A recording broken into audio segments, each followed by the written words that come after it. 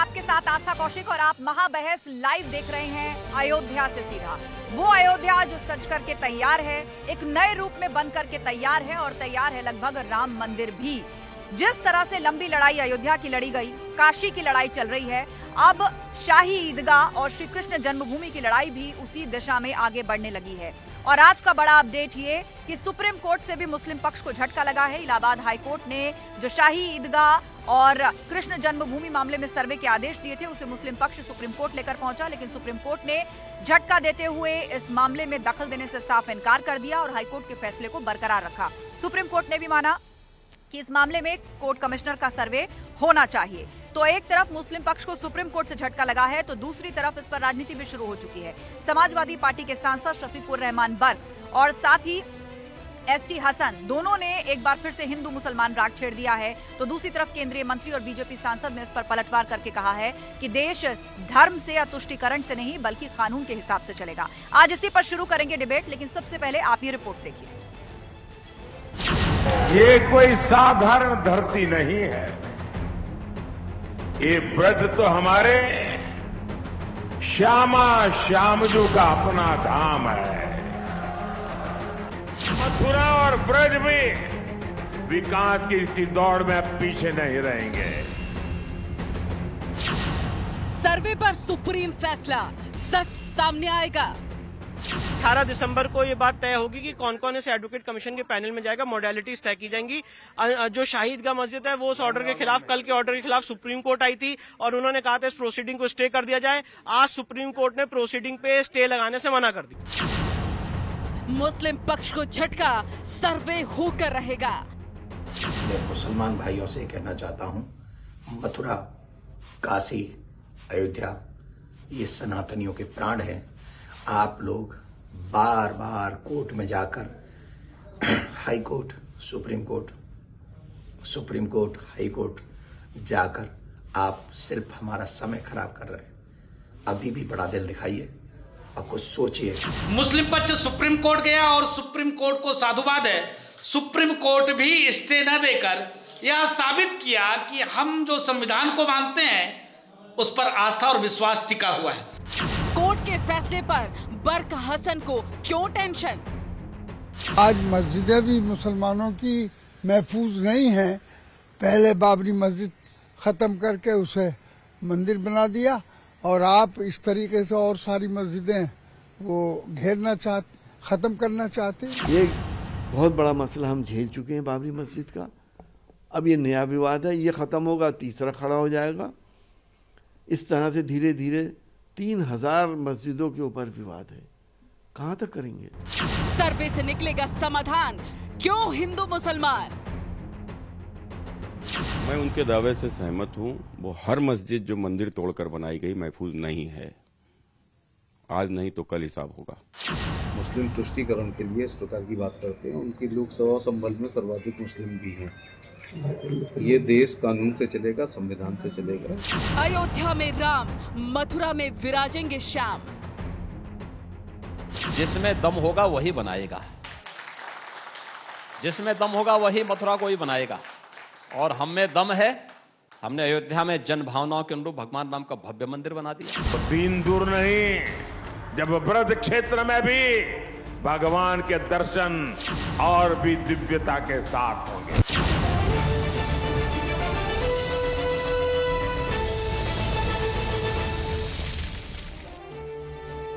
कुल मिलाकर इलाहाबाद हाईकोर्ट का फैसला बरकरार रहेगा। ईदगाह परिसर का पूरा सर्वे होगा। सुप्रीम कोर्ट ने भी इस पर मोहर लगा दी है, लेकिन इसमें राजनीति की गुंजाइश कहां से बचती है?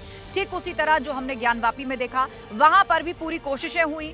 हर संवैधानिक फोरम का इस्तेमाल मुस्लिम पक्ष द्वारा किया गया कि ये सर्वे या तो रुक जाए या फिर तारीख पर तारीख बढ़ती रहे, लेकिन मामला तेजी से आगे बढ़ रहा है। तो दूसरी तरफ विपक्षी पार्टियों के नेता भी इसमें अपने वोट बैंक को संदेश देने का मौका ढूंढ रहे हैं। हमारे साथ चर्चा के लिए गेस्ट पैनल जुड़ चुका है। हमारे साथ कांग्रेसी नेता संदीप त्रिपाठी जी हैं, हमारे साथ हिंदू धर्मगुरु एचएस रावत जी जुड़ गए हैं और यहाँ अयोध्या से मेरे साथ संत समाज से जुड़े हुए हैं सत्येंद्र दास जी और साथ ही कपात्री महाराज जी। आप सभी मेहमानों का बहुत बहुत स्वागत है। तो चलिए चर्चा की शुरुआत करते हैं और सबसे पहले सवाल सत्येंद्र दास जी आपसे यही, ज्ञानवापी की तरह अब कृष्ण जन्मभूमि का मामला भी आगे बढ़ रहा है, लेकिन सुप्रीम कोर्ट ने सर्वे पर रोक लगाने से या कोर्ट कमिश्नर की नियुक्ति पर रोक लगाने से साफ इनकार कर दिया है।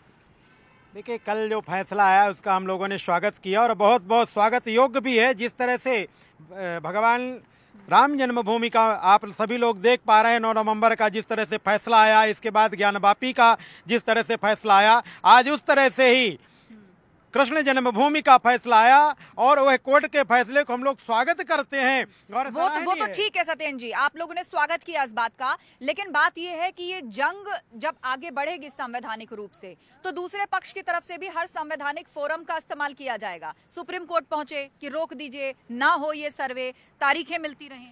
आप देखते आए हैं कि राम जन्मभूमि के फैसले को 500 वर्षों तक हम लोगों ने इंतजार किया, लेकिन वह दिन दूर नहीं है। जिस तरह से राम जन्मभूमि का जब फैसला आ गया है तो सुनिश्चित रूप से वह फैसला भी एक दिन कृष्ण जन्मभूमि 22 जनवरी के बाद आप देखेंगे कि वह भी तारीख तय हो जाएगी। पहले लोग तारीख पूछते थे, लेकिन आज हमारा शासन प्रशासन और कोर्ट पे ही भरोसा हिंदू धर्मावलंबी लोग सभी लोग मानते रहे। आज सनातनावलंबी कभी खून खराबा होने से रोकने का प्रयास किया। शांतिपूर्ण तरीके से इस लड़ाई को लड़ा जाना चाहिए, लेकिन क्या आप लंबी संवैधानिक और कानूनी लड़ाई के लिए तैयार हैं?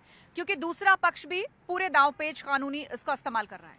अभी राम जन्मभूमि के मुद्दे पर हम लोगों ने 500 साल तक झेला है और हम कानून में विश्वास रखते हैं और कानून जो हमें फैसला देगा हम उसका पालन करेंगे। ये जो सकीबुर रहमान जैसे लोग बोल रहे हैं, इनको भारत के संविधान पे इनको विश्वास नहीं है। निश्चित तौर से अयोध्या का राम जन्मभूमि का फैसला आया और जो है बनारस में काशी विश्वनाथ जी का फैसला आया, अब की जन्मभूमि का फैसला 22 जनवरी के बाद अविलंब भी आ जाएगा, वहाँ भी हमारा कार्य प्रारंभ हो जाएगा। किसी पर हमें किसी से नफरत नहीं है, हम कानून का ध्यान दे रहे हैं, कानून फैसला मान रहे हैं, आपको भी मानना चाहिए। और हमारे साथ इस वक्त बीजेपी प्रवक्ता समीर सिंह जी भी जुड़ गए हैं, लेकिन उससे पहले हम संदीप जी का रुख करते हैं, कांग्रेस प्रवक्ता हमारे बीच में। संदीप जी, आपने संत समाज की बात सुनी, उनका स्पष्ट तौर पर कहना है कि हमने 500 साल इंतजार राम जन्मभूमि के लिए भी किया और उसी तरह शांतिपूर्ण और संवैधानिक लड़ाई कृष्ण जन्मभूमि की भी आगे बढ़ेगी। राजनीति अयोध्या के राम मंदिर पर भी हुई, अब कृष्ण जन्मभूमि पर भी हो रही है, इसमें भी हिंदू मुसलमान किया जा रहा है। फसल कौन काटता है ये बताने की जरूरत नहीं है, और धर्म का जो है राजनीति में कौन इस्तेमाल करता है ये भी बताने की जरूरत नहीं है। आप अयोध्या की धरती में है। मैं सिर्फ इतना जानना चाहता हूं कि राम मंदिर का ताला किसने खुलवाया था? आस्था जी, आप बता दीजिए थोड़ा सा कि राम मंदिर का ताला किसने खुलवाया था। आप जितने आचार्य और हमारे संतगण हैं उनसे पूछेंगे तो सभी कहेंगे कि राजीव गांधी ने खुलवाया था। तो राम मंदिर जो 91 तक था वो मस्जिद कैसे बना, सबसे बड़ा विषय है। धर्म का उपयोग राजनीति में कैसे किया जाता है ये भारतीय जनता पार्टी से सीखा जा सकता है। और आज अगर आप जिस तरीके से चलिए, आपके इसी कमेंट पर आपने ताला खुलवाने की बात कही संदीप जी, उसके आगे का भी एक सवाल है। ठीक है, आप कहते हैं आपने ताला खुलवाया, लेकिन वो कहते हैं कि टेंट में किसने सालों साल पड़े रहने दिया। जिस तरह से उन्होंने ताला खुलवाने की बात की, मैं उनको स्वागत करता हूं, लेकिन एक विषय अब ये भी है कि कपिल सिब्बल ने, उन्हीं के ही पार्टी के व्यक्ति ने क्या किया था राम जन्मभूमि को, और कहा था कि यह भगवान श्री राम जन्मभूमि ये नहीं है, ये तो अमेरिका है। उन्होंने बाकायदे कोर्ट पे उन्होंने लिखित दिया था कि यह राम जन्म अमेरिका का एक मोहल्ला साबित करने का। यदि सरजू नहीं होती, यदि अयोध्या की धरती में यदि सरजू नहीं होती तो यह साक्ष्य प्रमाणित कर देते कपिल सिब्बल जैसे लोग। तो वही कांग्रेसी लोग हैं जिन कांग्रेसी लोगों ने भगवान राम को भगवान राम नहीं मानते थे, वह काल्पनिक कहते थे। समीर सिंह जी हमारे बीच में, बीजेपी प्रवक्ता। समीर जी, आपका जवाब इस बात पर कि राम पर, कृष्ण पर या शिव पर राजनीति कौन कर रहा है? हाँ, देखिए, राजनीति कौन कर रहा है ये देश की जनता जानती है आस्था जी। और अभी मैं कांग्रेस के प्रवक्ता को सुन रहा था, इनको इस बात पर विचार करना चाहिए कि कपिल सिब्बल किस पार्टी के नेता है और उन्होंने सुप्रीम कोर्ट में राम मंदिर के खिलाफ मुस्लिम पक्ष का मुकदमा लड़ा और राम मंदिर को झुठलाते रहे। राम सेतु को काल्पनिक बताया किसने? कांग्रेस पार्टी ने। जम्मू कश्मीर के फैसले को किसने नकारा? कांग्रेस पार्टी ने। कश्मीर की समस्या किसने पैदा की? कांग्रेस पार्टी ने। देश के अंदर अलगाववाद और आतंकवाद को किसने बढ़ाया? कांग्रेस पार्टी ने। देश के अंदर भाषा के आधार पर वैमनस्य किसने फैलाया? कांग्रेस पार्टी ने। तो ये तो सारे कीर्तिमान कांग्रेस पार्टी के जिम्मे है और कांग्रेस पार्टी कहती है कि हमने ताला खुलवाया। अरे साहब, ताला आपने नहीं खुलवाया, ताला तो न्यायालय के निर्णय पर खुला। ताला तो न्यायालय के निर्णय पर खुला। आपका योगदान क्या हो सकता है इसमें? आपका योगदान इतना है कि आपने राम मंदिर को भटकाने का काम किया, अटकाने का काम किया, और राम मंदिर को आपने न बनने पाए इसके लिए तुष्टीकरण की राजनीति की। आस्था जी, मैं छोटा सा जवाब दूंगा। ठीक है संदीप जी, आपका जवाब। हाँ जी, थैंक यू। अभी हमारे साथी ने कहा कि कपिल सिब्बल हमारे वकील थे, आज बहरहाल वो हमारी पार्टी में नहीं है, इसलिए सारा दोष हमारा है। तो भाई आपकी पार्टी का कौन सा वकील था जो मुकदमा लड़ रहा था, जो आप सिरे ले रहे हैं? अरे पराशरन जी ने मुकदमा लड़ा, जिनको आपने शिलान्यास में बुलाया तक नहीं। आप बात करते हैं सनातनी होने की।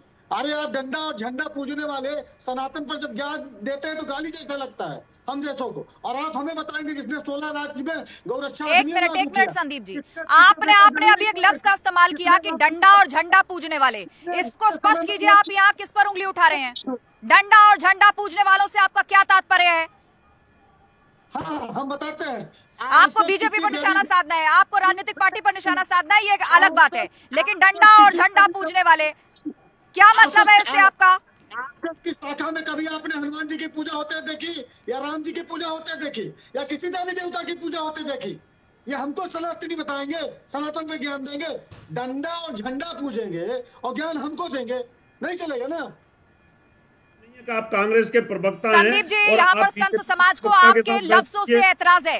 एच.एस. रावत जी, उसके बाद मैं रुक करूंगी, मेरे साथ भी दो संत हैं। एच.एस. रावत जी, देखिए आस्था जी, अभी मैं त्रिपाठी जी को सुन रहा था, इन्होंने कहा कि हमने ताला खुलवाया था, राजीव गांधी ने ताला खुलवाया था। ठीक है, राजीव गांधी ने ताला खुलवा दिया, किसी भी तरीके से खुला, लेकिन करपात्री महाराज जी, उनके ऊपर गोलियां आप ही के नेताओं ने चलवाई थी, आप ही के प्रधानमंत्री ने चलवाई थी। और चलो ताला खुलवा दिया, अच्छी बात है। मैं तो कहता हूं आप सनातन धर्म को मानो। तो अभी कौन सी देर हो गई है? अभी तो कृष्ण जन्मभूमि का मामला लटका हुआ है, अभी तो ज्ञान वापी का मामला लटका हुआ है। कांग्रेस पार्टी को आगे आना चाहिए और जाकर के एक आंदोलन करना चाहिए कि भैया हम आपके साथ हैं, जनता के साथ हैं, और यहाँ पर ईदगाह को हटाना चाहिए। और दूसरी बात, अगर आप ये भी नहीं करते हैं तो पार्लियामेंट के अंदर अगर बिल आता है, और आपने जो 91 का वर्शिप एक्ट लेकर के आए थे नरसिंह राव, आपकी पार्टी के प्रधानमंत्री थे, उस एक्ट को तोड़ने में मदद करिए। अगर भारतीय जनता पार्टी बिल लेके आती है तो आपकी। लेकिन यहाँ पर एक बात उठी है सत्येंद्र दास जी, यहाँ पर कांग्रेस के प्रवक्ता कह रहे हैं कि डंडा और झंडा पूजने वाले, मतलब इस देश में निशान और दंड की अगर पूजा होती है, कोई संत उसको अपने साथ में रखता है,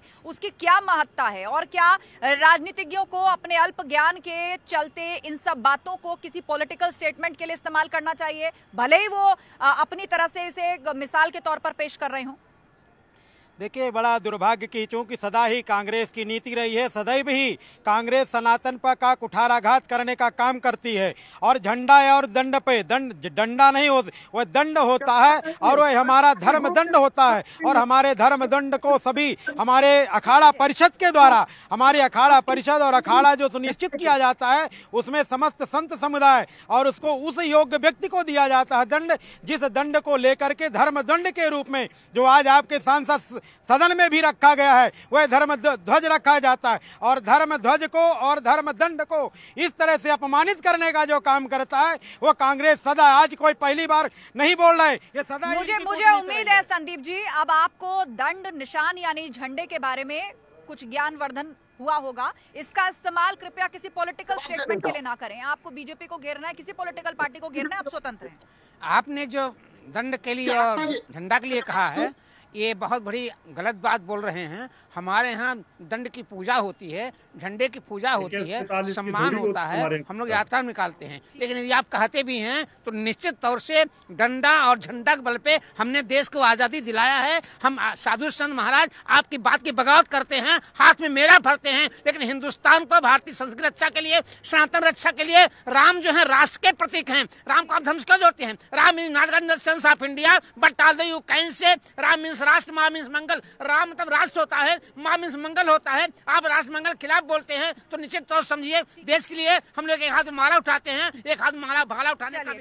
ठीक है। हमारे साथ फजील अहमद जी भी जुड़ गए, मुस्लिम स्कॉलर। और फजील अहमद जी, ज्ञान वापी का जो पूरा मामला चल रहा था, वहां भी हमने देखा तारीख पर तारीख मिलती रही, उसकी पूरी कोशिशें हुई, हर संवैधानिक कानूनी दांवपेच का जिसको अधिकार है उन सबका इस्तेमाल किया गया। वही सब कृष्ण जन्मभूमि में भी हो रहा है। लेकिन सुप्रीम कोर्ट ने रास्ता साफ कर दिया है और ये कहा है कि कोर्ट कमिश्नर भी बनेंगे और सर्वे भी होगा। इसमें नई बात क्या है? इसके पहले भी कई बार आस्था जी सर्वे हो चुका है, कोई नई बात है? लगातार कई पक्षों में लगातार बात भी हो सर्वे से चुकी सच है। आएगा ना सामने। सुन लीजिए, अभी ज्ञान वापी पे सर्वे क्यों नहीं आ रहा है? सच आएगा ना सामने, घबराहट तो नहीं है ना उससे कोई? ये कोई घबराहट नहीं। सर्वे क्यों नहीं? सर्वे एसआई का सर्वे ज्ञान वापी में क्यों नहीं रिपोर्ट दे रहे? क्योंकि वहां पे बौद्ध स्तर मिल रहा है।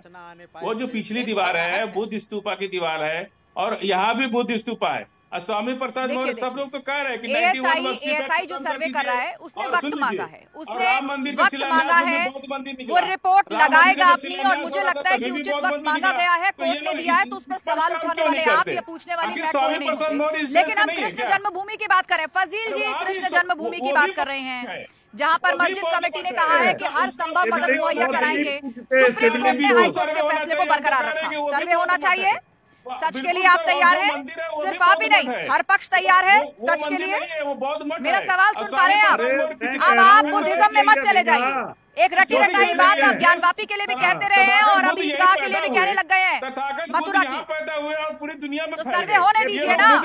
एएसआई सर्वे में तो सारी ही परतें खुल जाएंगी। फजील अहमद जी, ये आपकी और मेरी बहस की बात ही नहीं है। इससे पहले ज्ञानवापी में जिस प्रकार के चिन्ह मिले हैं उनको कुछ मुस्लिम स्कॉलर कहते हैं वो तो बुद्धिज्म से जुड़े हुए हैं।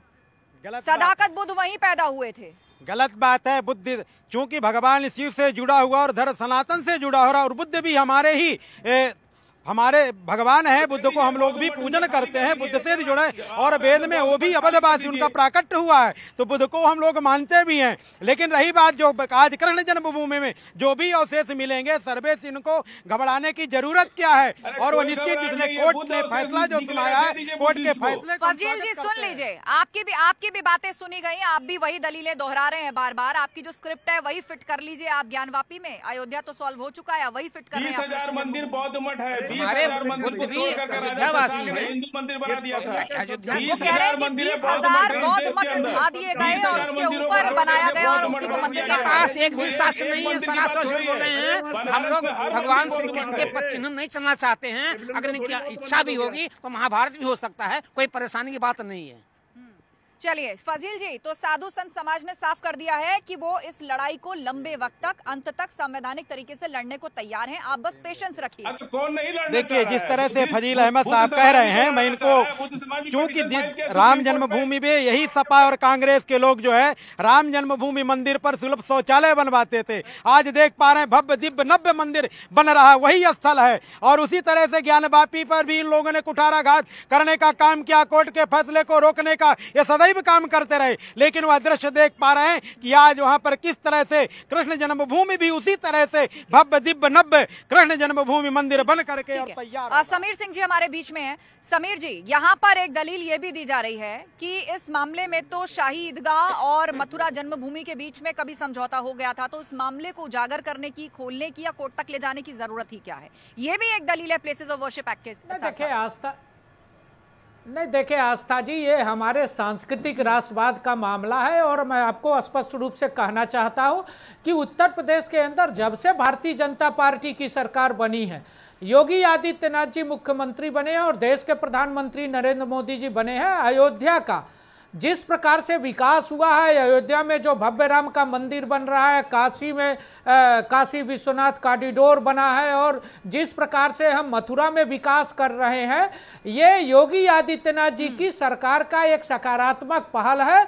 और हमने जिस प्रकार से न्यायालय के अंदर इन पक्षों को रखा है और न्यायालय ने एएसआई के सर्वे और तथ्यों के आधार पर फैसला दिया, जो कृष्ण जन्मभूमि है वो कृष्ण जन्मभूमि है, जो राम जन्मभूमि है वो राम जन्मभूमि है, जो विश्वनाथ का कॉरिडोर है वो है। वो ज्ञानवापी मस्जिद नहीं हो सकता, वो बाबरी मस्जिद नहीं हो सकता, वो ईदगाह नहीं हो सकता। ये स्वीकार करना पड़ेगा। ठीक है समीर, आप जवाब सुन लीजिए, बोलिए संदीप।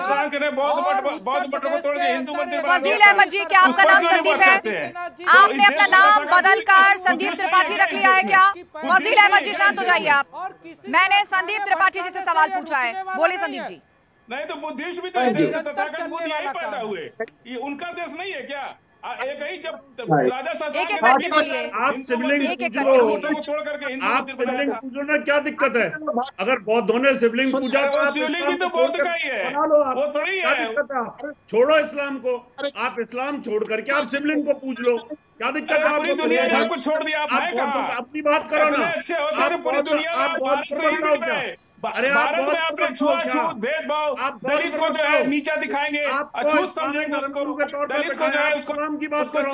जूता आप दिखाएंगे, उसको नीच आप बौद्ध समझेंगे, धर्मगुरु वर्ण हो व्यवस्था क्या? के एक-एक कौन करके रहेगा बोलिए आपके आप साथ? लोग। अरे आप इतना बौद्ध हो ऊंच क्या? नीच आपके भेदभाव नहीं, और इस वर्ण तरह से व्यवस्था डिबेट है। नहीं चलेगी, आप विषय बौद्ध पर के रहिए। साथ और कौन फजील रहेगा अहमद आपके साथ? जी, जहाँ आप फजील दलित को अहमद नीच जी, आप शांत समझते हैं, होइए। पिछड़ा को नीच समझते हैं, सबको अरे छुआछूत आप करते हैं, अरे आप उसको कौन सा अब आप दलितों में कहाँ चले गए? उसको यहाँ आपने क्या हाल यहाँ कर कोई रखा है? जातिगत डिबेट नहीं चल रही है। इतना यहाँ कोई जातिगत डिबेट नहीं चल रही है। शांत हो जाइए अरे आप फजील जी। आप प्रवक्ता हो क्या उनके? कृष्ण जन्मभूमि पे आप सवाल लोग हुआ है, आप उसी लोग विषय पर रहिए आप। अछूत समझते हैं आप इंसान मुद्दे को मत भटकाइए। दलितों को अछूत समझते हैं, एच एस रावत जी, समझते हैं। आपके साथ कौन रहेगा? शांत हो जाइए। मैं जिसका नाम लूंगी, जिससे सवाल पूछूंगी, वही इस बात का जवाब देंगे। एच एस रावत जी, दलितों को अछूत समझते हैं, पिछड़ों को, आस्था जी, इसलिए कोई मैं आपके ये साथ कहना नहीं, लोग चाहता आपको हूँ, साथ छोड़ के इनके जाते हैं। पास बोलने के लिए कुछ है नहीं, तो ऐसे लोगों को बोलिए बैठना ही एच.एस. नहीं चाहिए। आपके पास विजन नहीं है इस्लाम पे बोलने का। आप कभी बौद्धों की बात करते हो, कभी आदिवासी की बात करते हो, छुआछूत की बात करते हो। आप दूध के धुले हो क्या?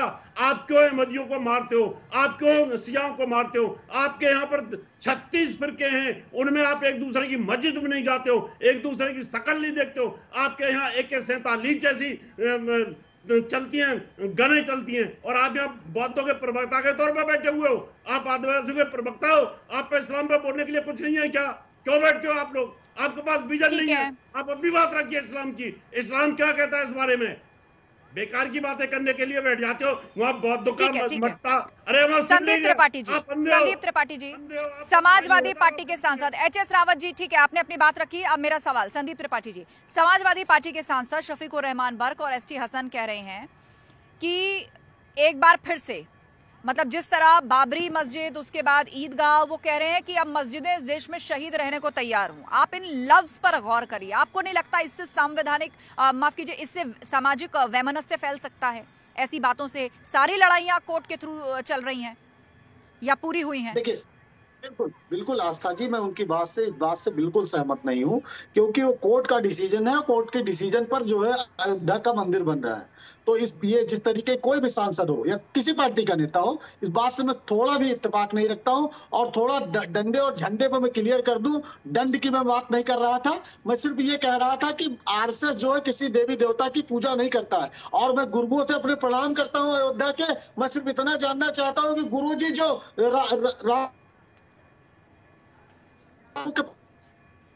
सैलरी दी जाएगी, क्या आप लोग पूजा करने में सक्षम नहीं थे क्या?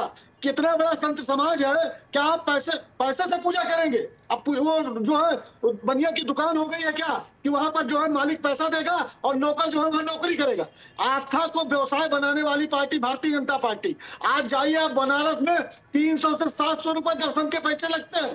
ये बात करेंगे धर्म की। आपकी पार्टी ने तो मुसलमानों को, समीर सिंह जी, जवाब। समीर सिंह जी, जवाब। सिर पर चढ़ा लिया था वोट बैंक के लिए।